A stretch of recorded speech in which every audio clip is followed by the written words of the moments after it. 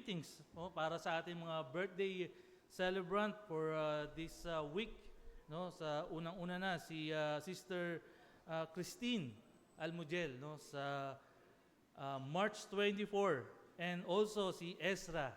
Yan, si Ezra Montoho also on March 24, and ang isang kabataan natin si Niol Pati, siya naman ay magbe-birthday sa March 27. So happy birthday po sa inyong lahat, and let us greet them sa ating time during the fellowship at dun sa kanilang mismong araw ng kanilang kaarawan, no?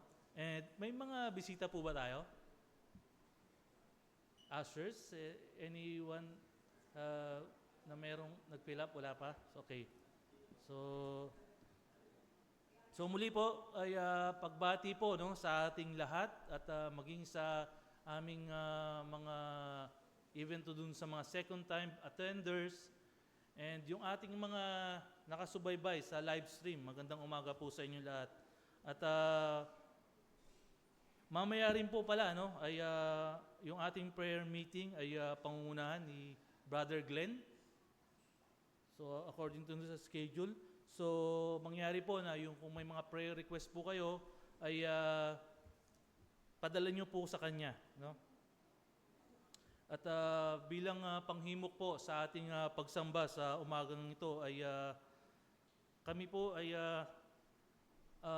nais lang po namin na ibahagi, no, sa ating mga second time attenders or maging dun sa ating mga FB live streamer or bilang rehearsal sa atin bilang mga mananampalataya, no, na tayo ay humahawak sa isang regulative principle of worship kung saan ginagawa natin ang pagsamba ayon sa katanggap-tanggap na uri ng pagsamba sa ating totoong Diyos, instituted by God and so limited by His own revealed will. No, nasusulat po ito sa London Baptist Confession of Faith sa chapter 22. Let me just read the paragraph 1. No, mahaba po itong paragraph na ito or itong chapter na ito. Ganito po yung sinasabi, no? The light of nature shows that there is a God who has lordship and sovereignty over all, is just, good, and does good to all, and is therefore to be feared, loved, praised, called upon, trusted in, and served with all our heart, with all the hearts and all the soul and all the mind. No, hear me out, mga kapatid, for in this line. But the acceptable way of worship the true God is instituted by Himself and so limited by His own revealed will that He may not be worshipped according to the imagination device of men, nor the suggestion of Satan under any visible representation or any other way not prescribed in the Scripture. No, kaya tayo po mga kapatid ay mapapalad po tayo na narito po tayo at ang ating iglesia ay sinisikap na tuparin yung ayon sa sinasabi ng banal na kasulatan sa paraan ng pagsamba. Kaya nakakalungkot po, no, na dahil yung pong mga iba ay itong araw na ito ay mas pinipili nila na maging kapahingahan ng kanilang sarili at maging yung iba ay tinatawag din ito na family day. Walang masama, pero kung ipinagpapalit mo ang araw na ito para sa pagsamba ay yun ang hindi katanggap-tanggap. At ang karamihan pa rito sa mga ito ay ginagawang ang araw na ito is just a leisure, no? Parang it's a regular day sa kanila. And even other are pursuing or nandoon yung kanilang pag-pursue doon sa kanilang mga financial demands, no? Kanilang trabaho, kanilang negosyo. At maaring sa iba naman, itong araw na ito ay maaring sila ay nag-o-observe ng Lord's Day, pero yung iba ay should I say superficial, or they just want to gain something when they attend a Lord's Day. At yung iba dito they're enticed with the wealth, healing, and even the emotional comfort, no? Ito yung paanyaya sa atin ng Panginoon, no, na sinasabi dito sa Isaiah 58:13-14, na kung saan kung nais mo na magkaroon ng kabuluhan ng iyong buhay at yung makita mo yung totoong araw ng Panginoon sa buhay mo, ito po yung sinasabi, no? Let me just read the Isaiah 58:13-14. If you turn back your foot from the Sabbath, from doing your pleasure on my holy day, and call the Sabbath a delight, and holy day of the Lord honorable, if your honor it, not going your own ways, or seeking your own pleasure, or talking idly, then you shall take delight in the Lord, and I will make you ride on the heights of the earth. I will feed you with the heritage of Jacob, your father, for the mount of the Lord has spoken. So yun po yung sinasabi, no? Ito po yung nais sa atin ng Diyos sa ating pagsamba, to bring back the delight and honor sa araw ng Panginoon. The true joy and delight is in the Lord's day, because Jesus is the Lord's day. And remember, no, yung ating Panginoong sa Kristo ay He breaks the legalistic rules nung old days, nung kanyang kapanahunan, at kanyang tinupad at nag-focus siya doon sa kanyang gawa o yung mission, and eventually, no, yung finished work ng ating Panginoong sa Kristo sa krus ng Kalbaryo according to the will of God. Kaya nagiging makabuluhan ang pagsamba natin sa araw na to dahil sa ating Panginoong sa Kristo. Tayo po ay manalangin. Dakilang Diyos, sa aming Ama, salamat Panginoon na you reminded us, Panginoon, that this day is your day, na dapat naming ituon, Panginoon, ang aming diwa, ang aming puso at isipan, Panginoon, sa pagharap namin sa inyo sa araw na ito. Hayaan mo, Panginoon, ang mga balakid, mga temporal naming mga ginagawa sa mundong ito ay isang tabi namin. At hayaan mo, Panginoon, na ikaw ang siyang maitaas namin maluwalhati sa araw na ito. Dalangin ko po, Panginoon, na ang banal na Espiritu ang siyang patuloy na kumilos sa aming kalagitnaan. Hayaan mo, Panginoon, ang iyong mga salita na ihahayag sa araw na ito ay tunay na maging pagpapala, Panginoon, sa lahat ng makikinig, at kaligtasan, Panginoon, sa mga wala pang tamang ugnayan sa inyo. Dalayan ko, Panginoon, na ang lahat ng gagawin namin ay hindi galing sa aming mga galing, kundi ikaw, Panginoon, ang nagkaloob na ito, at marapat lang na maibigay namin ang lahat ng mataas na papuri at pasalamat sa inyong pangalan. Salamat, Panginoon. Ito po ang aming dalangin sa pangalan ni Kristo Jesus. Amen. At para po sa ating unang hymno, aawitin po natin ang O Worship the King, All Glorious Above. Ito po ay sinulat ni Sir Robert Grant, no? At ito po ay base sa Psalms 104. At these hymns describe the majestic king who wore a robe of light. No, ganito niya dinescribe ang king na ito. And it highlights gratitude, no? His providence, care, and even reliance ng mga children of Israel na binanggit dito sa hymno na ito, of His mercies, no? Kaya tandaan po natin ang mga bagay nito habang inaawit natin ang hymnong ito. And I would like to invite everyone to stand and let us sing this hymn, O Worship the King.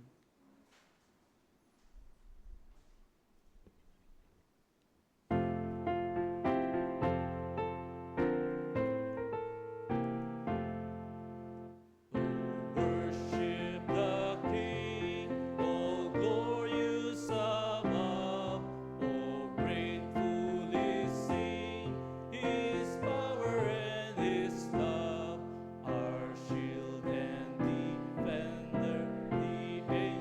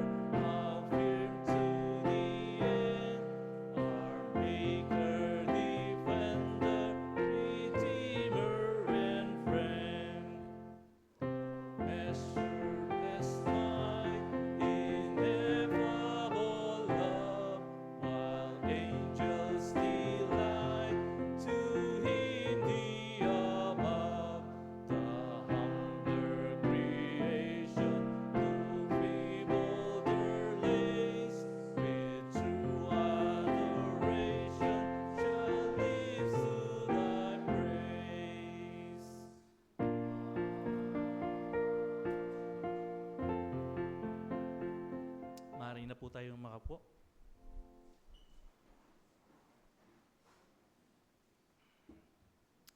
At para po sa ating pangalawang hymno ay awitin po natin ang hymn number 76, with grateful heart my thanks I bring. It is another hymn of praise and adoration sa ating Panginoon, and it describes His faithfulness and protection, His providence and guidance. And tayo, no, bilang mga Kristiyano, as the recipient of this grace and blessings, are ought to give our gratitude and thanksgiving to the Lord. So, awitin po natin ang ating pangalawang hymno, with grateful hearts my thanks I bring.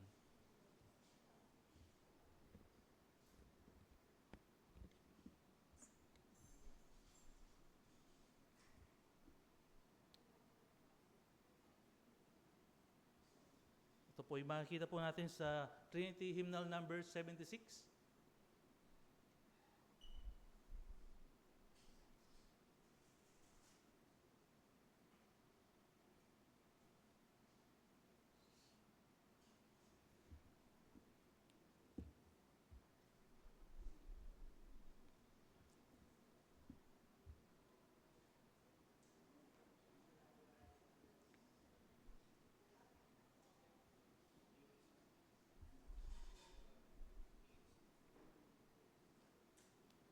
Can we sing it a cappella na lang?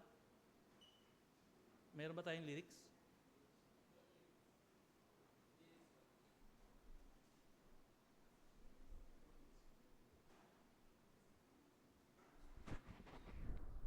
Meron dyan, nagawa ko yan.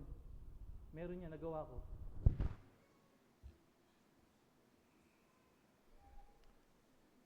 Can we distribute yung ating Trinity hymnal? Meron ba? Sa GC? Thank you, Prof. So, please tingnan po natin yung ating mga copy ng ating hymn sa GC.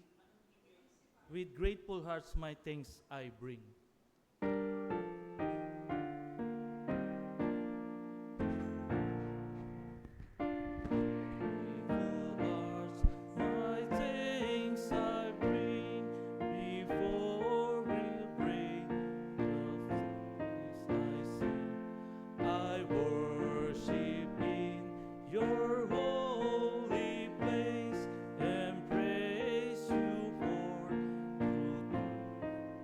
Grace.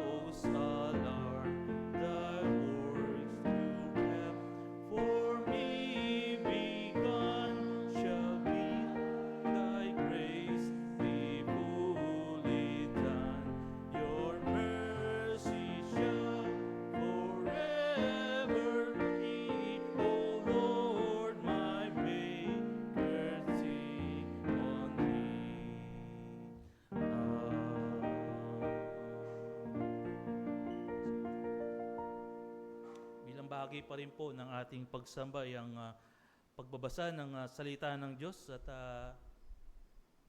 tawagin ko po si Brother Ian para tayo pangunahan sa scripture reading.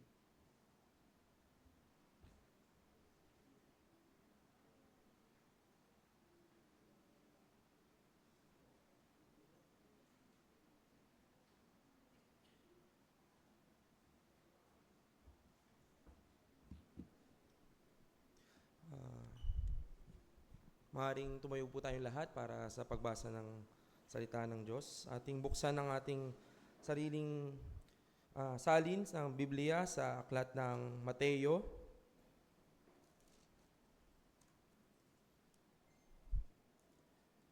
Mateo 20, chapter 20, verse 20 to 34.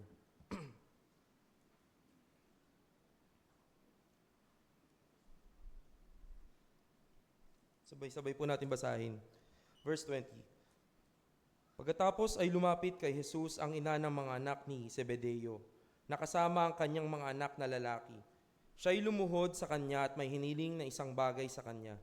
At sinabi niya sa kanya, "Ano ang ibig mo?" Sinabi niya sa kanya, "Ipag-utos mo na itong dalawa kong anak ay umupo. Ang isa sa iyong kanan at ang isa sa iyong kaliwa sa iyong kaharian." Ngunit sumagot si Jesus at sinabi, "Hindi niyo nalalaman ang inyong hinihingi. Kaya ba ninyong inuman ang kopa na malapit ko ng inuman?" Sinabi nila sa kanya, Kaya namin."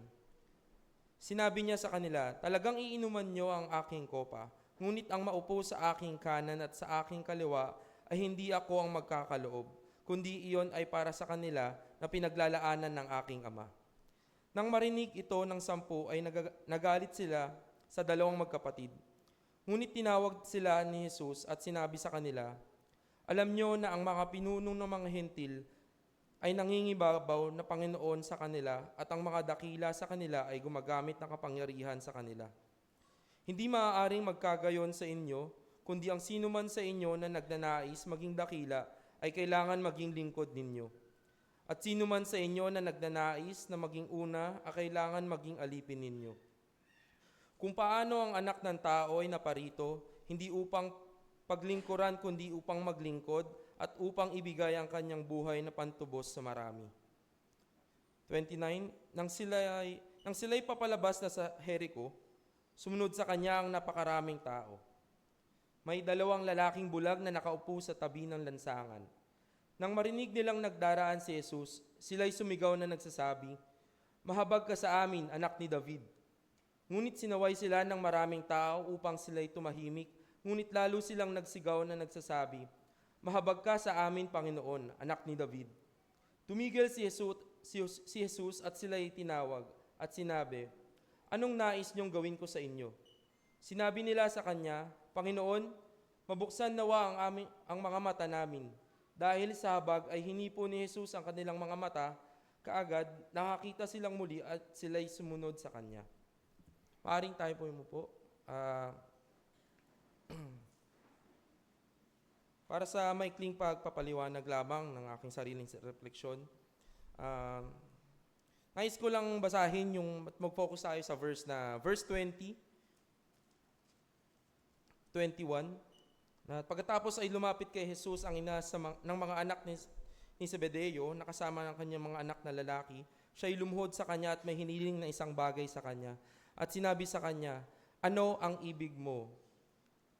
At sa pangalawang focus naman natin ay yung verse 30 to 33 na sinabi rin ng Panginoon sa kanila na may lumapit na 2 bulag, na lalaking bulag at sumigaw nagsasabing, "Mahabag ka sa amin, anak ni David."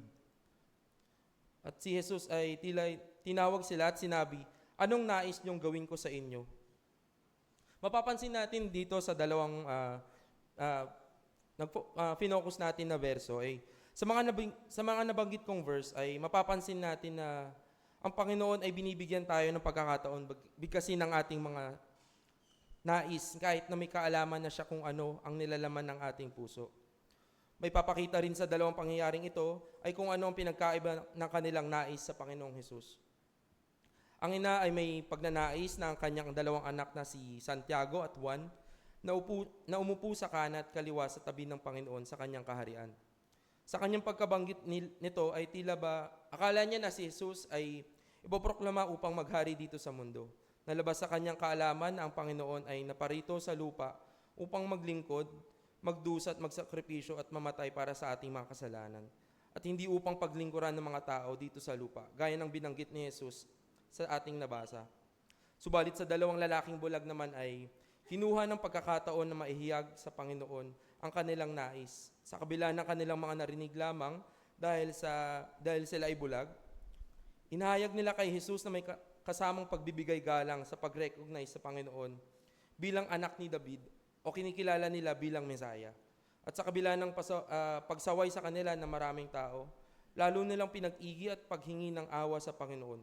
At sa pagtanong ng Panginoon sa kanilang nais at pagtugon sa kanilang kahilingan, na manumbalik ang kanilang paningin, makikita natin ang agarang pagsunod nila sa Panginoon. Nais ko lamang iwanan itong pahayag para sa ating lahat. Tayo manatiling tapat sa ating pagdarasal at paglalim sa kanyang mga salita. Sa gayon, matulungan tayong lumayo sa kaliwan ng mundo. Alalahanin ang ginawa niyang sakripisyo sa krus at naway lalong lumalim ang ating pananampalataya sa Panginoon.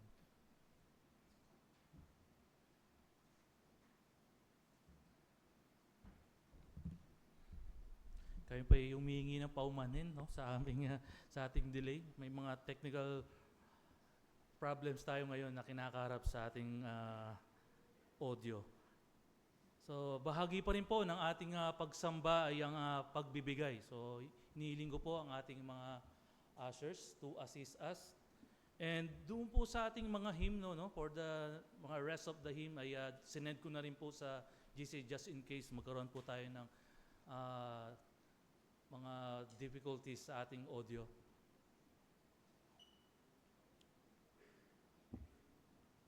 So paalala po sa atin na itong pagbibigay ay bahagi pa rin po ng turo sa atin, no? At higit sa lahat yung turo ng kaaliwan sa pagbibigay na hindi napipilitan kundi kusang loob. At sa ating mga taga-subaybay via live stream ay maaari nyo pong ipadala ang inyong mga kaloob or inyong mga donation sa aming China Bank account na naka-flash sa inyong screen.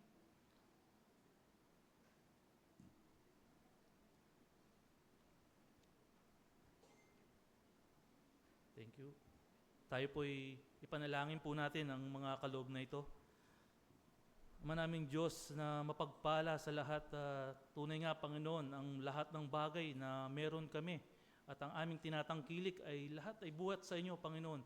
Kaya wala kaming dapat na ipagmalaki o ipagmaramot, Panginoon, sa mga bagay na ito. At salamat, Panginoon, dahil kami binigyan mo ng pagkakataon at pribileyo na maging bahagi, Panginoon, ng pagbibigay. Dahil ito, Panginoon, ay kailangan para sa patuloy na pagtataguyod ng iglesyang ito sa pagbabahagi ng iyong mga salita upang gamitin sa lalo pang ikalalawak nito sa maang dako mo dalin ang mga biyayang ito. Salamat, Panginoon, at lahat ng ito ay pinagtitiwala namin, pinagkapasalamat sa pangalan ni Kristo Jesus. Amen.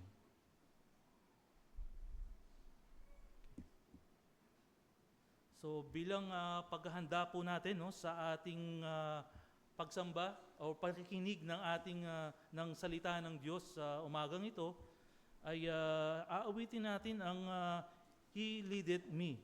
At ang himnong ito ay hango sa Psalms 23. Kung familiar po kayo, ito po yung The Lord is my shepherd. The Lord is my shepherd. Pero masigit natin na mare-recognize to dun sa John 10:27 na sinasabi, "My sheep hears my voice, and I know them, and they follow me." So nawa sa ating pakikinig ng salita ng Diyos sa umagang ito ay magkaroon tayo ng bukas na puso, bukas na tenga, at namnamin natin ang pangangaral ng salita ng Diyos sa umagang ito. Let us sing, He Leadeth Me.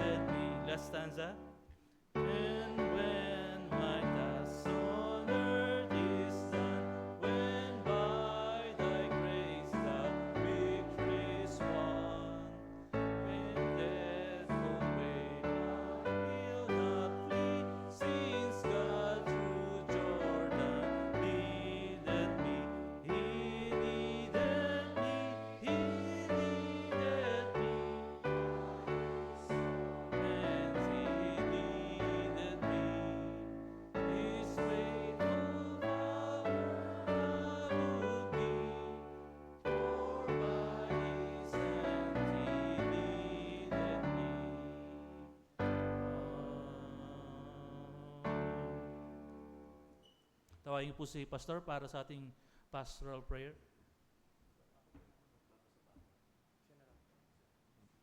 Isang magandang umaga po sa ating lahat at muli ating pong alalahanin sa panalangin ang ating eldership in training si Deacon Danny na ngayon po ay nasa Lumban. Kasama po niya ang Almogel family. Birthday po ni Christine this coming 24 with Ezra, no, mamaya 1 year old. So si Deacon Ray po at si Ate Odette ay sa Makati Church naman po a-attend sa araw na ito. At announcement po sa aming mga viewers, FB Live viewers, nakaset na po ang aming Summer Vacation Bible School. Ito po ay sa May 7, 8, 9, alas 9 ng umaga hanggang alas 12 ng tanghali. At inaanyayahan po namin kayo, bakasyon po ito ng mga kabataan, ng mga bata, at magandang opportunity para sila ay maturuan ng salita ng Panginoon. So ito po ay mga nasa elementary at high school level sa May 7, 8, 9. Another announcement po, bago ko manalangin, next Sunday po sa aming mga regular attenders, we will have a two services sa March 29. Ito po ay linggo na ng palaspas. No? So next Sunday po is Holy Week na. Ito po yung Palm Sunday at tayo po ay magkakaroon ng visiting preacher, ang dati pong miyembro ng TNC na tinulungan natin yung kanilang grupo sa pag-organize, sa pagko-covenant bilang isang local church. At ito po ay na-covenant noong 2018, Antipolo Reformed Baptist Church, and 2020 siya naman po ay na-ordain. Tinawag ng grupong ito si Pastor Joseph Pelejo po, ang ating magiging speaker on the 29th morning and afternoon. So doon po sa aming mga regular attenders, we are encouraging you na bumalik sa 2 o'clock o 2:30 sa ating 2:30 na pananambahan sa hapon. Ito po yung ating tinatawag na Gospel Hour service. So yan po ang ating mga announcement para po sa aming mga viewers at sa ating mga regular attenders. Tayo po'y dumako sa pangkalahatang panalangin. Kinikilala namin, Panginoong Diyos, na Ikaw ang nag-aakay sa bawat kaluluwa.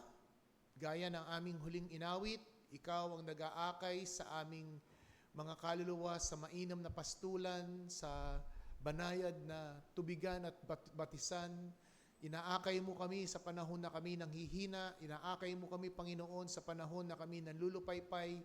At patuloy kaming inaakay sa iyong nais at kalooban. Sa umagang ito, O Diyos, ay itinataas namin ang iyong mga lingkod na ginagamit mo sa ibang lugar, sa iba't ibang dako, si Deacon Danny, ang kanya pong pangangaral sa buong araw na ito sa Kapatirang Iglesia sa Lumban, na tinutulungan ng aming pong asosasyon ng mga kapatirang iglesia sa pag-alalay sa iglesyang ito dahil po sa pagkapanaw ng kanilang pastor. Ganon din, Panginoong Diyos, tinataas namin ang mag-asawang Jaime at si Cheche na may karamdaman. Kayo po ang magpanauli ng kanyang lakas. Ganon din, Panginoon, sa aming regular attender na si Rancer Vales, na siya po ay may karamdaman din at nagpaabot ng hindi siya pagdalo. Dalangin po namin na abutin mo sila sa banig ng karamdamang ito at panauuliin sila upang sa araw ng bukas ang kanila pong mga gawain at earthly vocation ay kanilang mga gampanan. Patuloy din po namin itinataas ang aming pong patuloy na paghahanda para po sa aming summer ministry sa May 7, 8, 9. Kayo po ang magsaayos ito at ihanda ang kapatiran at ang iglesia sa paggawaing ito. Tinataas din po namin sa iyo, Panginoon, ang darating na susunod na linggo na kung saan kami humaharap sa Holy Week. At dalangin po namin ang inyong lingkod na gagamitin sa amin, si Pastor Joseph Pelejo, at ang aming mga kaibigan, inanyayahang mga bisita at mahal sa buhay, sa gawain sa hapon, ay tunay nga na makinabang ang kanilang kaluluwa. Ganon din, Panginoong Diyos, tinataas po namin ang may karawan sa linggong ito. Tinataas po namin sa iyo si Neo, si Christine, si Ezra, sila po ang mga may kaarawan sa linggong ito. Patuloy mo silang pagpalain at lingapin. Dinadalangin din po namin ang iyong lingkod na gagamitin sa amin, si Brother JM, sa kanyang pangangaral sa aming kalagitnaan, lalong-lalo na po sa buwang ito na angkop para sa aming mga kababaihan.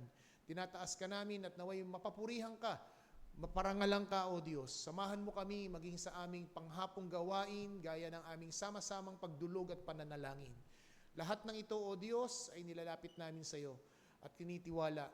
Tinataas din po namin sa iyo ang kasulukuyang kaguluhan na nangyayari sa Middle East, na kung saan ang lahat ng mundo ang buong mundo ay apektado, O Diyos, ng sigalot na ito. At nararamdaman ng aming pamahalaan, nararamdaman ni Juan de la Cruz, O Diyos, ang problemang ito. Lahat kami ay bahagi, mananampalataya man o hindi, ay subject, O Diyos, sa epekto at consequences ng sigalot na nangyari sa Middle East. Dalangin po namin, O Diyos, na kayo po ang patuloy na soberanong Diyos at nawa ay tulungan kami at mamagitan sa aspetong ito ng kaguluhan. Tinataas ka namin sa mga panalangin ito sa pangalan ni Kristo Jesus. Amen.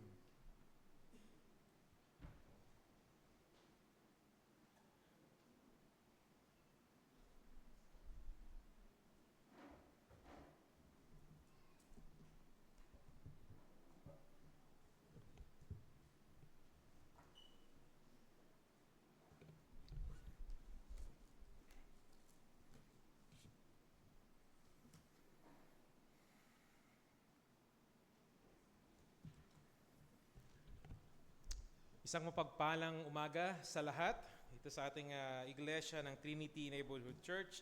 Ganon din sa ating mga bisita. Kinagagalak po namin kayong makasama sa pananambahan sa umagang ito.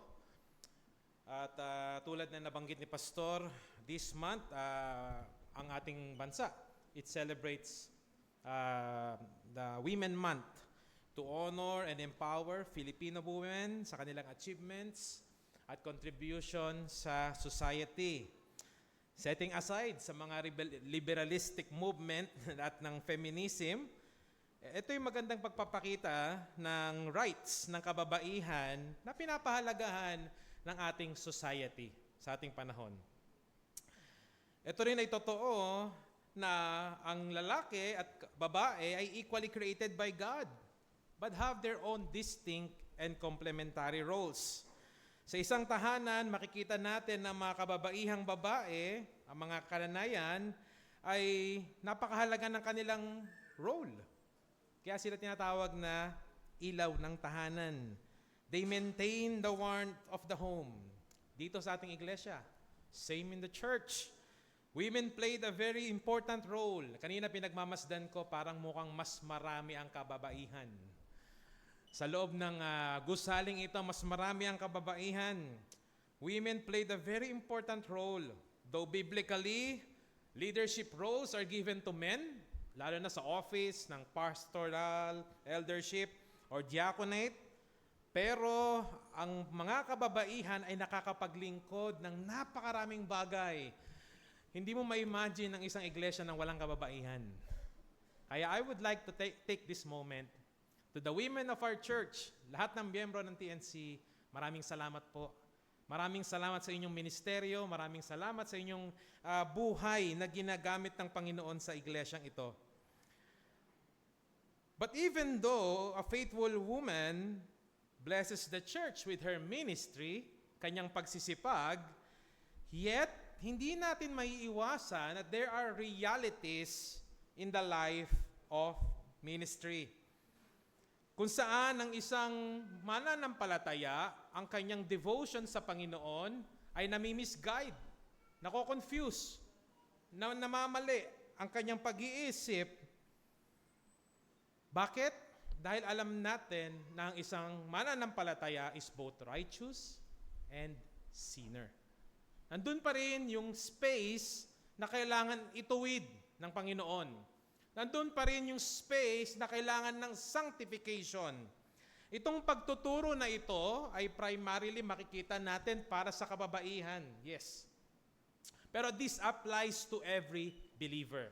Lahat ng mananampalataya. Kaya inaanayahan ko tayong lahat ay buksan natin ang aklat o ang salita ng Panginoon mula sa Luke chapter 10, verse 38 to 42.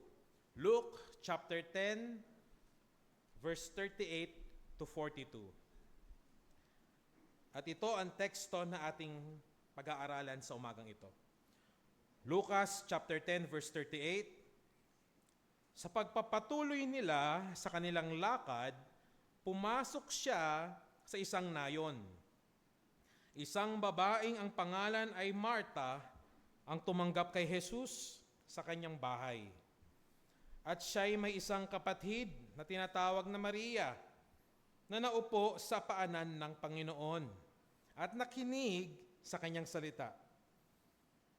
Ngunit si Marta ay naaabala sa maraming paglilingkod.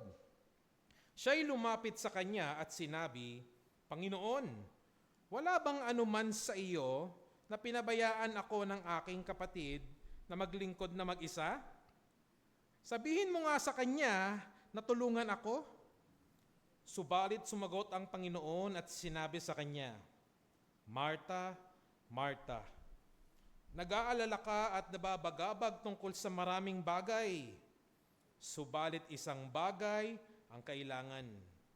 Pinili ni Maria ang mabuting bahagi na hindi kukunin sa kanya.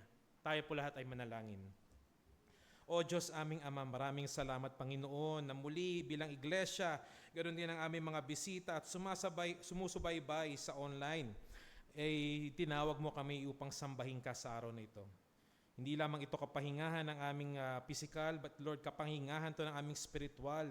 Dahil ang sino man na umupo sa ilalim ng iyong salita at makinig ay tunay na makakaranas ng kapahingahan. Nawa, Panginoon Diyos, buksan mo ang aming isipan, buksan mo ang aming puso at ikaw ang tunay na magligtas, magpalalim ng aming pananampalataya sa pangalan ng inyong anak na si Jesus. Amen. Sa ating binasa, makikita natin na si Luke, he is a doctor, very detailed man. He carefully narrates the life and ministry of Jesus, kung saan pinakita nito yung importansya ng women at ng kanilang role sa society. Not to mention nung panahon na ito na ang ibang tingin sa kababaihan ay napakababa. Actually, makikita natin sa panahon natin ngayon na may mga bansa pa rin na mababa ang tingin sa kababaihan. Pero dito sa ating teksto, makita natin na tila binigyan ng importansya ang roles ng kababaihan, hindi lamang sa society, but more importantly, sa kingdom ng Panginoon, sa loob ng iglesia. Yung ating nabasa is an encounter of two siblings, magkapatid, si Mary, si Martha. Ito, kaharap nila si Kristo, kasama yung kanyang mga disipulo, habang sila ay bumabiyahe patungkol sa Jerusalem, sila ay nag-stop over dito sa lugar ng Bethany, kung saan makikita natin sa tagpong ito, it reminds us that every Christian has a responsibility sa iglesia. Hindi lamang devotion but responsibility. Commonly, itong teksto na ito ipinapahayag, binibigyan ng kasamaan si Martha. Lagi na si Martha, huwag kang maging Martha, maging Mary ka. Yun ang madalas nating maririnig. Pero sa umagang ito, let us seek to understand this text with humility. Bakit? Hindi natin to aaralin para magturo tayo ng kamay na ikaw si Martha, ako si Mary. Hindi natin to gagawin. But rather, to examine ourselves. Examine natin yung sarili natin. Yung attitude ba natin patungkol sa Panginoon? Yung paglilingkod ba natin? Kumusta na? Ito ang goal sa pag-aaral sa umagang ito. How do we prioritize or give importance to Jesus? Masyado na ba tayong busy sa ibang mga bagay? Masyado na ba tayong busy sa mga pinagkakabahala natin? O baka katulad ni Martha, masyado na ba tayong busy sa ministry? Kahit napakarami ng ginagawa mo sa iglesyang ito, ginagawa mo para tingin mo para sa Panginoon, baka nakalimutan mo na si Jesus. Are we choosing the good portion or the lesser things na nasa ating paligid? Etong teksto na to, this emphasizes the importance of having the right relationship with God before our act of service and ministry. Kaya nga dito sa iglesia natin mga kapatid, bago ka maglingkod, ikaw ay dapat mananampalataya muna. Hindi ka papasok dito, maglilingkod ka. Napakahalaga na nauuna ang pananampalataya. Ganon din ang makikita natin sa umagang ito. Kaya ang mensahe na ihatid ko sa inyo, mga kapatid, ganon na rin sa ating mga bisita. Choosing the Word of God is the good portion that brings eternal gain. Choosing the Word of God is the good portion that brings eternal gain. Itong pagpili pala, the act of choosing, ay nagbibigay sa atin ng responsibility. Bilang mananampalataya, na alam natin that we are elect, alam natin na tayo iniligtas ng Panginoon, pero hindi tayo robot. Araw-araw tayo ay nagdi-decide. Every time we come to this church, we are choosing, are we serving the Lord or are we serving myself? Itong pagpili na ito ay nagbibigay sa atin ng responsibilidad bilang mananampalataya. That there is a clear reality na every follower of Christ ay prone sa distraction. In this very moment, baka nga iniisip mo na anong lulutuin mo mamayang gabi. Tama ba? We are very prone to distraction. In this very moment, baka iniisip mo na, paano yung ministry ko? Pero, kapatid, relax. Kaya tayo nakaupo ay para makinig. Kaya tayo naupo ay para pakinggan ang salita ng Panginoon. Umupo sa kanyang paanan. Ito ang dahilan ba't tayo nandito. The Word of God, this message reminds us that every believer, bago tayo mag-serve, mag-minister, heart of worship. Pananambahan. Pagsamba muna ang mahalaga. Bakit? The Lord sees our heart. Ang pagkilos sa iglesia, ang ministry, madaling makita ng tao. Pero ang puso, hindi nakikita ng tao. Tanging ang Diyos lang ang nakakita at alam niya ang totoo. In this earthly life, we must always seek to choose the good portion that will bring eternal blessings and gain. Sa ating binasa, meron tayong magandang mauobserbahan patungkol sa yugtong ito. What can we observe about the believer's ministerial responsibility and the compassion of Christ? Una is Martha's distracted devotion. Tinawag kong devotion dahil hindi natin pwedeng sabihin na si Martha ay hindi mananampalataya. Mananampalataya si Martha. He is a very good friend of Jesus. Mahal niya si Jesus. Okay? So Martha's distracted devotion, yung kanyang manner ng paglilingkod sa yugtong ito ay makikita natin ay maaaring nanggagaling sa sobra niyang pagiging busy. Yung anxiousness niya na paglingkuran si Jesus at ang kasama ng mga ni Jesus ang kanyang mga disipulo. Kaya doon sa verse 38, sabi diyan, sa pagpapatuloy nila sa kanyang lakad, pumasok siya sa isang nayon. Ito'y pagpapakita sa atin na maaaring si Jesus, pumasok siya sa lugar ng Bethany. Bakit ko nasabing Bethany? Kung tayo ipupunta sa John chapter 11 verse 1 to 2, makikita natin dito ang yugto na kung saan si Lazaro ay namatay at binuhay muli ni Kristo. Si Lazarus ay kapatid ni Mary and Martha. Magkakapatid sila. Sabi sa John chapter 11 verse 1 to 2, noon ay meron isang tao na may sakit, si Lazaro na taga Betania, ang nayon ni na Maria at Martha na kanyang mga kapatid. Si Maria ang siyang nagbuhos sa Panginoon ng pabango at pinunasan ang mga paa nito ng kanyang buhok. Ang kanyang kapatid na si Lazaro ay may sakit. Kaya pala makita natin na si Kristo pumunta sa Bethany. At magkakapatid si Mary, si Martha, si Lazarus. Lahat sila ay may tagpo sa Panginoon na napaka-importante. Etong Bethany na ito ang tawag sa lugar is House of Misery. Okay, House of Figs. Dates, yung prutas, no? House of Misery.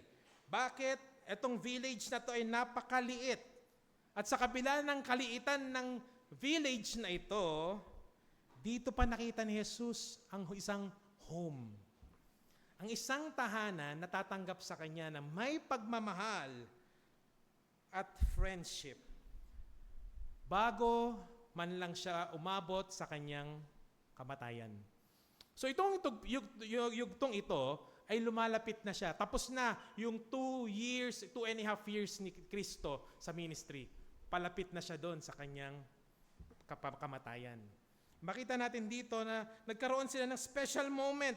Itong lugar na to, mga kapatid, ay napakahalaga dahil dito rin natin makikita yung emosyon ni Jesus bilang tao. Sa kamatayan ni Lazarus, masinabi doon that Jesus wept. Dito ipinakita ni Jesus na siya ay tao. Nasasaktan siya. Ang kanyang mahal na kapatid, ang kanyang mahal na kaibigan, ang kanyang tagasunod ay namatay. Doon niya ipinakita ang kanyang kalungkutan. Pero sa tahanan ni Martha na ito, makikita rin natin na tila si Martha, si Mary, at si Lazarus, ang kanilang tahanan ay hindi ganoon kaliitan. But ito ay medyo may kaya. Ano? May kaya. Ito ay may kayang pamilya kung saan kaya nilang tumanggap ng bisita. Kaya nilang tumanggap ng bisita at hindi lamang si Jesus, kasi madami ang disipulo. So sabihin mo, isang small group, pumasok sa kanila, at that yun ay kanilang papakainin. At ang pagpapakain sa mga nagluluto dito, again, sa mga kababaihan natin, no? Alam nyo kung gaano katrabaho ang pagpapakain. Magluto ka lang ng sopas, napakahirap mo mag-chop-chop ng carrots, ng mga ingredients. Napakatagal. Kakainin ng 10 minutes, niluto ng 3 hours. Yun ang katotohanan ng pagluluto. So dito makikita natin na maaari ito ay pagiging dahilan ng aligaga ni Mary. No? Kasabay nito, ang bisita pa niya ay hindi basta-basta si Jesus.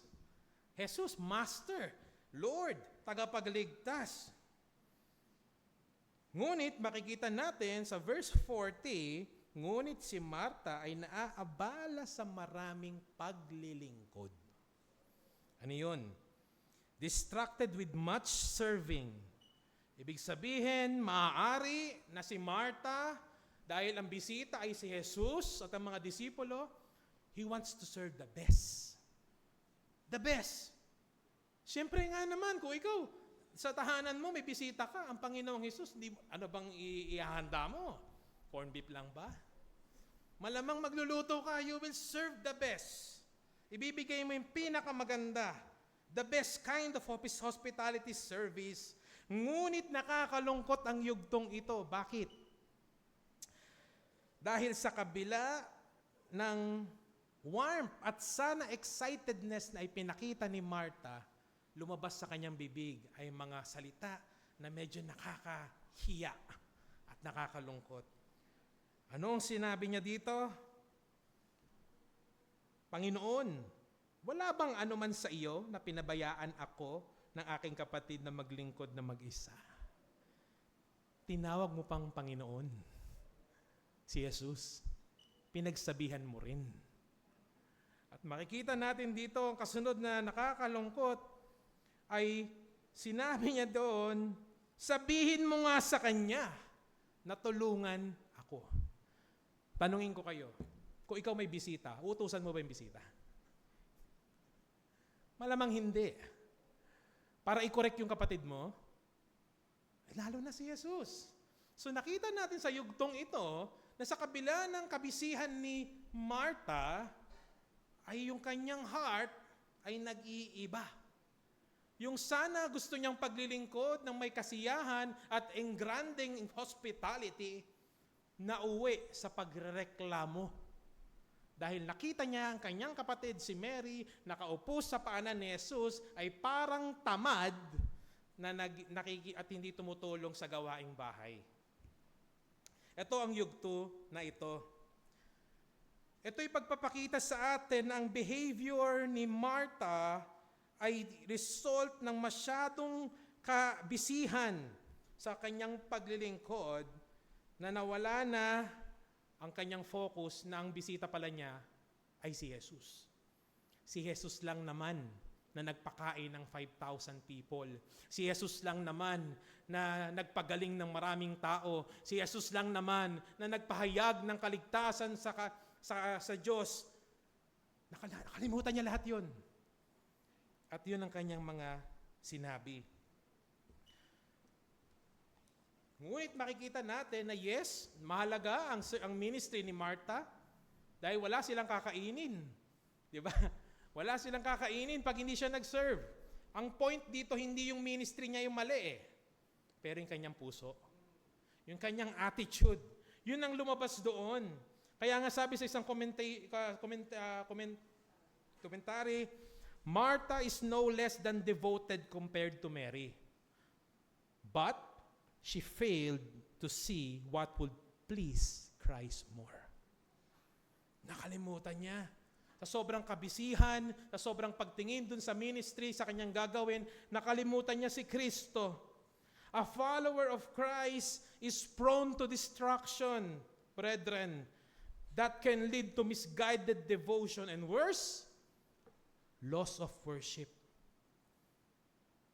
Nakakatakot na maaari ka palang maglingkod, napaka-busy mo, pero hindi mo mahal ang Diyos. At to the point na nakakapagsalita ka na ng hindi maganda sa Diyos.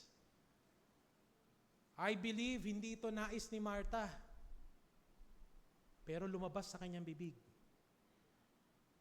Kaya ang distraction ng mga worldly things, the distraction of worldly focus, even in the ministry, can damage a believer's devotion and affection to Christ. Yan ang makikita nating katotohanan pag-aaral sa yugtong ito. Nang masyadong ka-focusan natin sa ating pinagkakabalahan, sa ginagawa natin sa iglesia, sa lahat ng ministry natin, ay maaari palang magbigay ng damage sa ating devotion sa Diyos. Makaapekto. Ministry and service is good. Maganda. Lahat tayo dito may ministry. May ministry ng pagtuturo, may ministry ng pagpe-prepare. Napakahalaga ng ministry natin sa kitchen. Napakahalaga ng ministry natin ng beautification of this building. Lahat tayo may pinagkakabalahan. Ministry and service is good because this is the means na ginagamit ng Diyos to sustain the church. Pangalagaan ng iglesia. Ngunit, busyness, hindi business, no? Busyness, pagiging masyadong busy sa ministry can be a source of distraction that turns a believer's focus from eternal to the worldly. Instead na naglilingkod ka na may kasiyahan, nakangiti, iniisip mo ang Panginoon, naiinis ka na doon sa kapatid mo. Kasi napakabagal niya.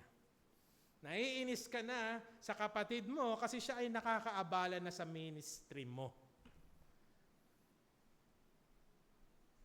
Sad reality, mga kapatid. Itong kabisihan sa kamunduhan, lahat ng pag-iisip patungkol sa practical na mga bagay can probably lead to anxiety, stress, and burnout. Burnout sa ministry. Busyness doesn't automatically mean devotedness. Hindi porket ikaw ay napaka-busy sa ministry, ay napaka-devoted mo na sa Panginoon. Maaaring yan ay iyong kinasanayan na lamang. Wala na yung pagmamahal mo. Hindi mo na tinatawag si Kristo na Panginoon. Ang tawag mo na sa kanya, Jesus. Pagsabihan mo nga si Mary, ganoon na. Ganoon na yung maaaring maging kahinatnan ng ating puso. A Christian can be very busy in service and outward ministry, but secretly loses love for his Savior. Totoo ba? Naalala mo yung first time na ikaw iniligtas ng Panginoon. Ramdam mo yung biyaya, yung awa, yung pagmamahal. After 5 years, 10 years, ramdam mo na yung inis sa kapatid mo sa pananampalataya. Nakalimutan mo na yung pagmamahal kay Kristo. Hindi ka na rin nagbabasa ng salita ng Panginoon. ni pagdalo sa lingguhang pananambahan, ay hindi mo na na-appreciate yung Word of God na ibinababa sa iyo ng Diyos. Nakafocus ka dun sa pagod mo sa ministry. Ito ang nangyari kay Martha. Napakahalaga ng ministry ni Martha. Wala silang kakainin. Yung basic need nila hindi mararating. Pero the point is yung kanyang attitude, yung kanyang restlessness. Nawalan na ang importansya kay Kristo. Bigay ako ng ilustrasyon. Sa isang company, merong company driver. Itong driver na ito ay napaka-responsable, napaka-hardworking employee. Itong employee na ito ay meron silang excursion, excited ang lahat. Meron silang lakad. Ang kanyang pasahero sa sasakyan ay ang presidente o ang CEO. Pero dahil sa ka-excitement at yung mga intindihin ng bagay, meron dito may katrabaho na wala pang sasakyan, yung mga gamit hindi pa nakaayos, lahat ng iniisip niya sa dami ng kanyang magulo sa isip, dumiretso na siya magmaneho, and after 1 hour nagpapamaneho, na-realize niya, naiwan pala niya yung presidente. Naiwan niya yung CEO. Nako po! Distraction can be a dangerous reason for neglect. Sige tayo ng sige. Gusto natin kumilos, magpakita ng ministry, pero nakalimutan na natin si Kristo. Nakalimutan na natin ang pagmamahal kay Kristo. Sa iglesia, doing ministry in the church, minsan meron isang mananampalataya, napakasaya niya sa paglilingkod sa iglesia. Pero habang dumaraan ang panahon, dumadami ang problema. Nare-realize niya na ang isang Kristiyano ay hindi pala perpekto. Nare-realize niya na ang iglesia ay para palang ospital na magkakasama ang maraming makasalanan. Narealize niya lahat yon. Habang siya ay naglilingkod, dati napakasaya niya, joyful. Ngayon, very tired and burdened. Pag darating ang linggo, parang napapagod. Distracted devotion can lead to loss of joy in ministry. This is the reality of Christian life, brethren. Kailangan natin itong harapin. Dahil tayo ay simul justus et peccator. We are both righteous and sinner.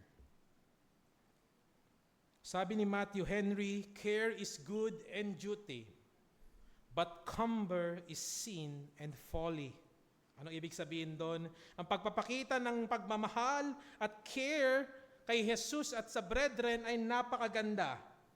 Ngunit, pag ito'y naging burden at obstruction, it becomes sin. This is a sad reality na nawawala na tayo ng tamang attitude in our service. Yung worldly business pala ay dangerous dahil ito'y nagiging isang trap, snare, na hinihinder nito yung ating kagalakan sa paglilingkod sa Panginoon. Pangalawa, tapos na tayo kay Martha. Next is si Mary. Mary's undivided devotion. Mary's undivided attention to the presence of Jesus and His teachings was mistakenly perceived as an act of laziness. Katamaran. Ito ang naging charge ni Martha kay Mary. Pagsabihan mo nga, Panginoong Jesus, si Mary, dahil siya'y napakatamad at hindi ako tinutulungan. Hindi tumutulong sa ministry. Nandyan lang siya sa iyong paanan at nakikinig. Kanina pa yan nandyan. Pero ako pagod na dito. Itong tagpong ito. Laziness is a sin. Tama. Ang pagiging tamad ay kasalanan and the scripture strongly rebukes it. Galit ang Panginoon sa tamad. Ang katamaran ay kasalanan. Ngunit, yung act ni Mary is not a laziness, but shows true devotion, which receives commendation from Jesus Himself. Hindi niya nirebuke si Mary. Alam ni Jesus, nakita niya ang puso. Kaya dun sa verse 39, sinabi niya, at siya'y may isang kapatid na tinatawag na Maria na naupo sa paanan ng Panginoon at nakinig sa kanyang salita. Itong yugtong ito is a posture of a disciple. Merong teacher, may master, ang disciple ay nakikinig. This is a posture of a disciple who intently listens to every word na sinasabi ng teacher. Itong posture na ito, pagpapakita ng malapit kay Jesus, very close proximity, na wag nating bigyan ng mali siya tulad ng ginawa ng ilang authors at ginawang movie. Wag natin bigyan ng mali siya, but rather itong posture na ito shows eagerness and readiness in receiving Christ's message. Even si Lazarus, nung siya'y binuhay ng Panginoon muli, ganun siya dumikit kay Jesus. Sobrang lapit, nakikinig in every word na sasabihin ni Jesus. Sabi dyan, listen to His teaching. Nakikinig sa kanyang salita. Yun ang ginagawa ni Maria. Sa yugtong ito ay pagpapakita sa atin ano ba ang pinakamisyon ni Jesus. Magpagaling? Milagro? O ang paghahayag ng salita ng Diyos? Proclamation about the kingdom of God and salvation is the true mission of Christ. Yun ang dahilan ba't siya dumating. At si Mary, alam niya. Alam niya bakit nandito si Jesus. Dapat ako makinig. Itong oras na ito, nakikinig ka ba sa salita ng Panginoon? Are you listening? Si Mary, sa panahon na ito, siya'y nakikinig. So every word of God na sinasabi sa kanyang harapan. The proclamation of the gospel is the greatest importance. Tayo pumunta sa 1 Corinthians 15. 1 Corinthians 15, chapter 15, verse 3 to 4. Unang Korinto, 15. 1 Corinthians 15, verse 3 to 4. Sapagkat ibinigay ko sa inyo, una sa lahat, ang akin ding tinanggap na si Kristo ay namatay para sa ating mga kasalanan, ayon sa mga kasulatan, at siya'y inilibing at muling binuhay ng ikatlong araw ayon sa mga kasulatan. Si Pablo nagpapahayag, he understood the greatest importance, and that is the gospel of Christ. Yun ang pinakamahalaga. Si Mary took this moment to listen as if this will be the last. What a rebuking thought. Alam niyo, nung binasa ko to, na-rebuke din ako eh. Tinanong ko ang aking sarili, every time I read the Word of God, every time I listen to the Word of God being proclaimed, nakikinig ba ako as if it's my last? Or hindi ako nakikinig? At wala na akong pakialam.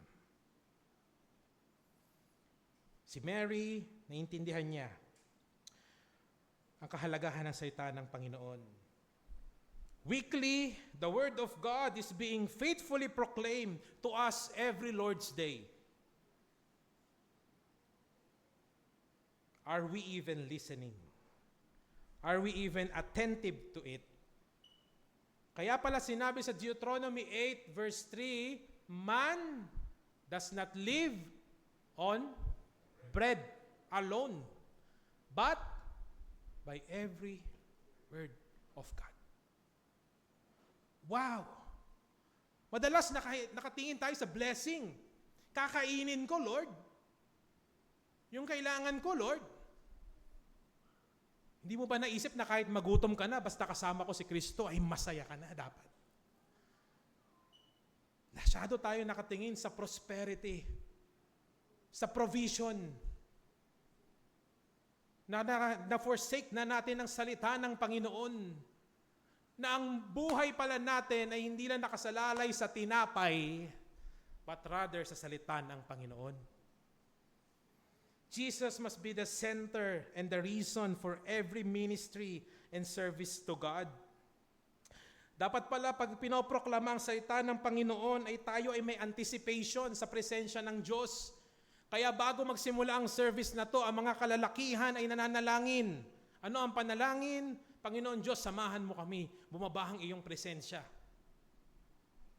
At ang iyong salita ay magligtas. Ang salita ng Diyos ay buhay. Yun ang nais natin. Faithful ministry can only be achieved if Christ is the very goal of our service. Nakakalungkot sa ating panahon that there are contemporary churches who seeks to display their service to God by the means of false signs and wonders, false healing, false signs of wonders, false efforts, blindly deceiving themselves that they are giving service to God. And yet, they are false. Mali ang kanilang pananaw. They do not know the truth. They do not know the truth of God. Sa panahon natin ngayon, makikita mo na ang news dati, manonood ka ng ABS-CBN television, but ngayon you just tune to Facebook. Facebook is the biggest news center.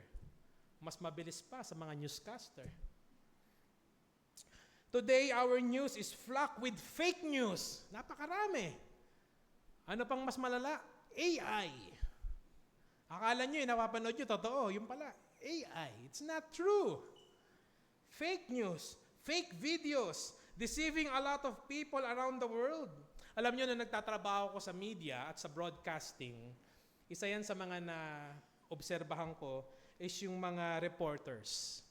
Yung mga reporters, they are very organized. They are very keen to detail. Napakatalas ng tenga ng mga reporters. Ang naobserbahan ko sa kanila that isa sa mga importanteng skill nila ay hindi yung pagsasalita. Listening. Listening. Dahil sa listening na ito, they get the right information, the right details, and they will deliver the right news, not fake news. Kaya pala makikita natin, for example, may isang presidente darating sa Pilipinas. Ano nangyayari? May media. Anong ginagawa ng media? Mas malapit sa presidente na yon, mas okay. Bakit? They want to hear every detail. Napakahalaga. At pag tama ang kanilang pakikinig at pag narinig nila ng maayos ang sinasabi ng presidenteng ito, they will deliver the right news. Mga kapatid, the Word of God is far more important than news and other things being proclaimed. Are you even attentive? Nagja-jot down ba kayo? Sinusulatan niyo ba yung mga Biblia niyo? Nagno-notes ba kayo? Nakikinig ba kayo? The proclamation of God's Word is the climax of our worship. Nakita niyo dito sa ating pananambahan, hindi kayo pinapagod sa mga ibang aspeto, but rather kayo ay binibigyan ng kalakasan para sa pakikinig. Ang ating pagsamba ay paakyat sa paghahayag ng salita ng Panginoon dahil ang salita ng Panginoon ang ginagamit ng Diyos upang sa kaligtasan ng tao. Hindi tayo nagbibigay ng experience, ng worship experience, magpapatay ng ilaw, papagandahin ng screen, para lamang kayo ay maging masaya. Hindi ganoon. Ang salita ng Panginoon ay bubuklatin sa inyo. Dahil ito ang magliligtas sa inyo. Ang salita ng Panginoon ang pinakamataas na pinakamahalaga sa ating pananambahan. When the Protestant Reformation noong 16th century lumaban sa error ng Roman Catholic, isa doon ay si Martin Luther. At si Martin Luther, na-acknowledge niya yung pinaka-importanting ingredient sa nangyaring great spiritual awakening. Ano yon? Sabi ni Martin Luther, I simply taught, preach, wrote God's word. Otherwise, I did nothing. Sabi niya, nagsulat lang naman ako, nagsalita lang ako, nagturo lang ako, pero apart from that, wala na akong ginawa. Ang ganda ng sinabi niya, I did nothing, I did nothing. The Word did it all. Brethren, this is the genius of expository preaching. Hindi namin kailangan gumamit ng mga story na makabagbag damdamin. Pag ang binuksan ng salita ng Panginoon, the Word of God is like a two-edged sword. It will pierce your heart. It will rebuke you. It will comfort you. It will point you to Christ. The Word of God should be given our utmost undivided Christian attention. Tulad ni Mary. Alam niya ang kahalagahan. And lastly, kita natin na si Kristo, He gently affirms. Jesus Christ, nakita niya yung puso ni Martha. Again, hindi niya nirebuke na may kagalitan, may galit. No? He's very firm.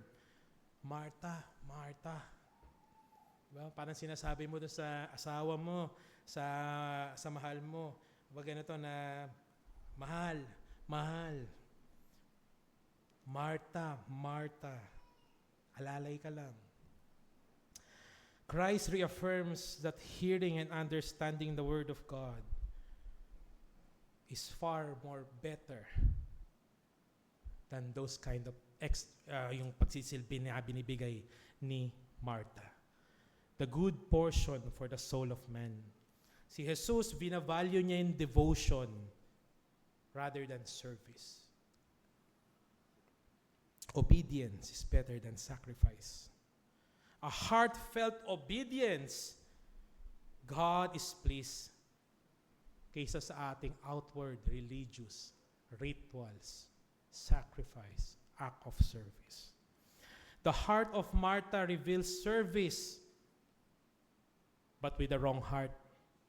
The heart of Mary reveals obedience with humility. Sabi sa komentaryo ulit, service to Jesus must not fill people's life to such an extent that they have no time to learn from Him. Wag naman sana tayo umabot ng ganon, na ang paglilingkod natin ay kinalimutan na natin ang Diyos mismo. To apply to ourselves, listen to this. Number one, worship is the result of our love and devotion to God, which produces genuine and joyful service to Him.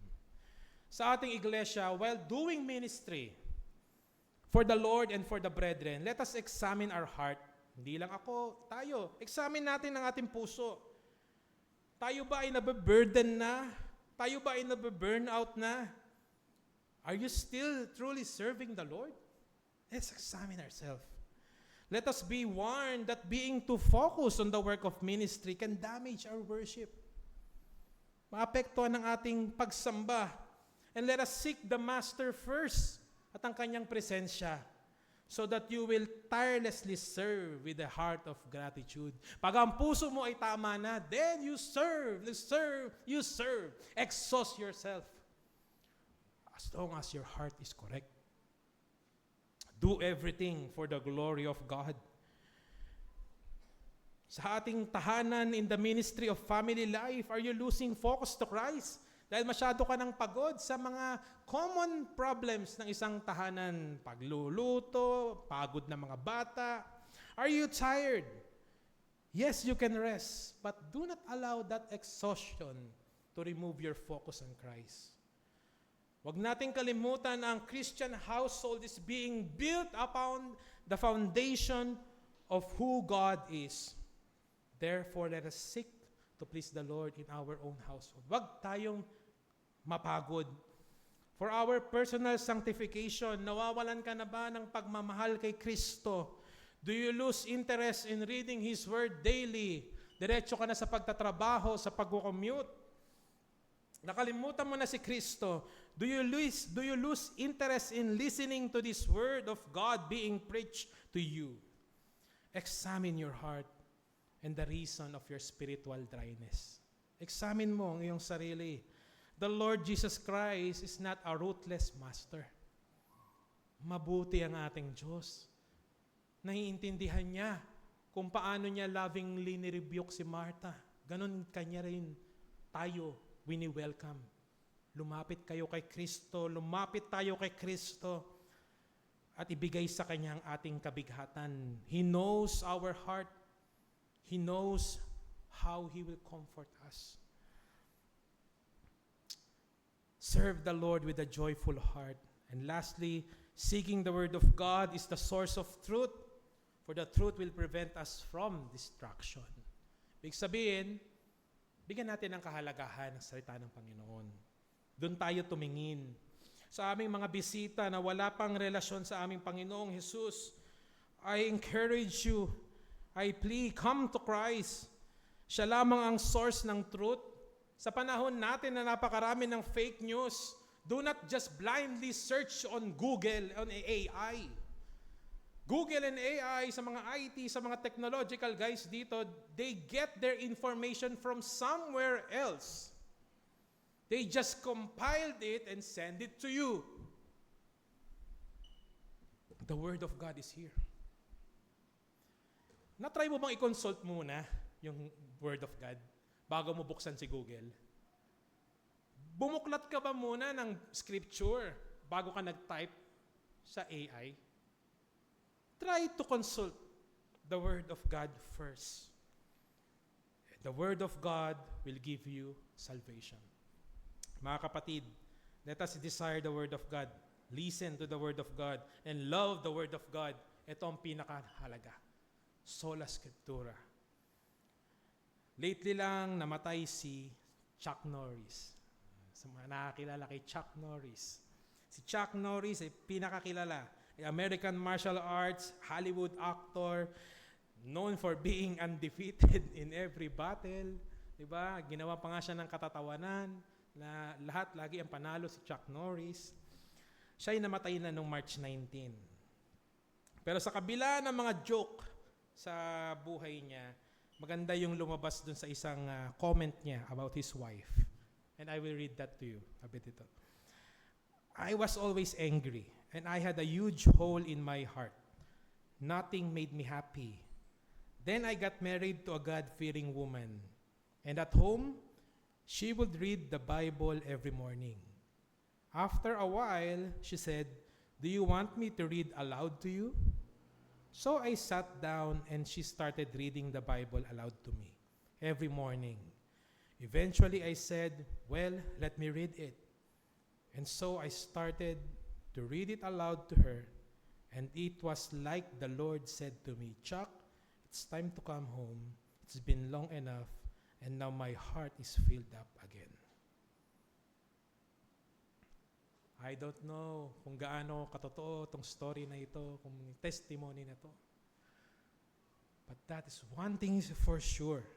The Word of God alone can do miracle in saving sinners. The Word of God. Kaya, di ba, it's a great encouragement sa mga kababaihan. Be faithful to God. Be faithful to God. Kung iyong asawa ay hindi mananampalataya, be faithful to God. Time will come. Gagamitin yan ng Panginoon. Our devotion and love to Christ and His Word takes the absolute importance before service and ministry. Huwag nating kalimutan, bago tayo maglingkod, mahalin ang Panginoong Hesukristo. Mailigtas, magkaroon ka muna ng relasyon kay Kristo bago ka maglingkod. Mahalin mo si Kristo bago ang mga activities. Worship before service. Let us pray. Panginoong Diyos, napakabuti mo, Panginoon, dahil even itong mga hard truths para sa buhay ng iglesia, ay binigyan mo ng paggabay sa iyong salita. Nawa, Panginoon, gamitin mo ito, ikay magligtas, ikay magpatatag ng iglesia, at kami ay tunay na magmahalan sa bawat isa, maglingkod na may kagalakan, at itong paglilingkod na ito, hindi namin ginagawa para sa aming sarili o sa aming mga kapatid, sa aming mga kaibigan, but rather we do this service for you alone, to please you, our Master, to hear your word and to obey your word. Thank you, Father. In Christ's name we pray. Amen.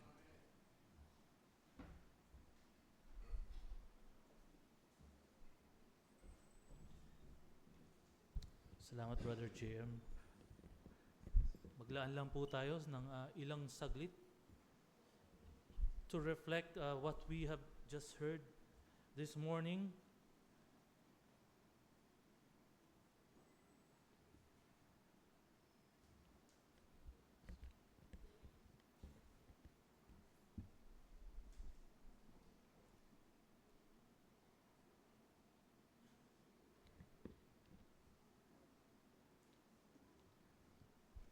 We will sing the hymn, Turn Your Eyes Upon Jesus, kung saan this hymn describe doon sa chorus, it suggests or it encourage us to turn our eyes upon Jesus. At ano man daw yung mga bagay na pinangahawakan natin sa mundong ito, whether it is kaginhawaan man yan or kapighatian, we will see them less. Instead, we will see the light of His glory and grace, as the hymn suggests. Let us all stand and let us sing, Turn Your Eyes Upon Jesus.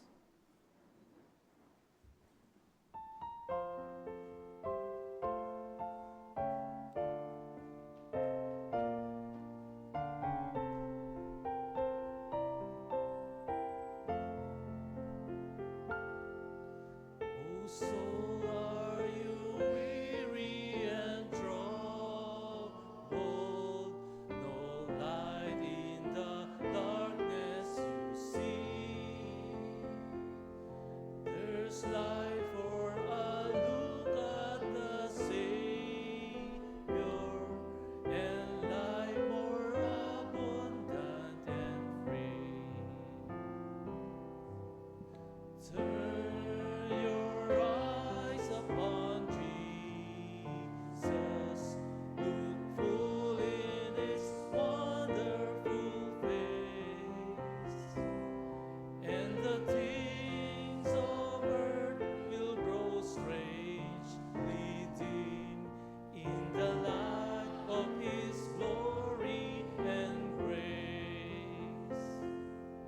Through death into life everlasting, He passed and we follow Him there.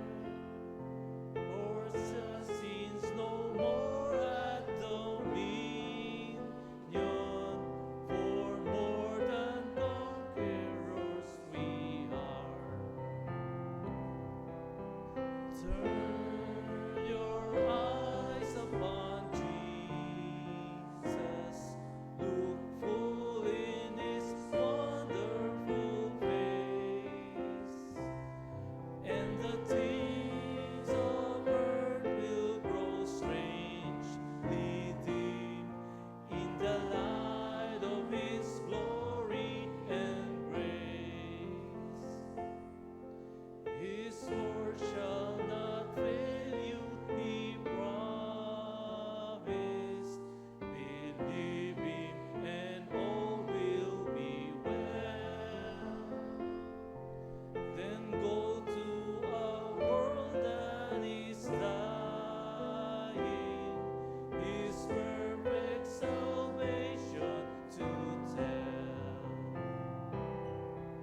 Turn your eyes upon Jesus.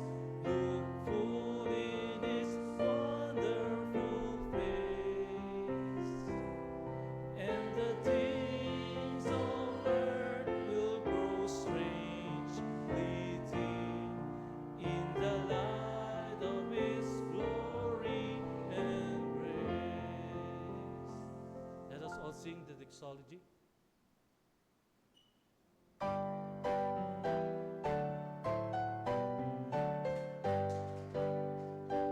Praise God from whom all blessings flow.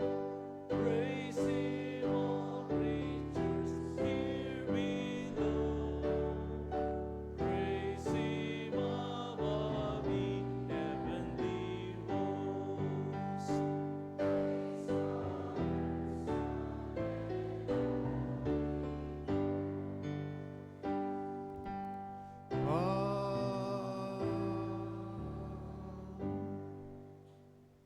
Nagpapasalamat kami, Panginoong Diyos, sa inyong mga salita at kinasangkapan mo ang kababaihan sa buhay ni Marta at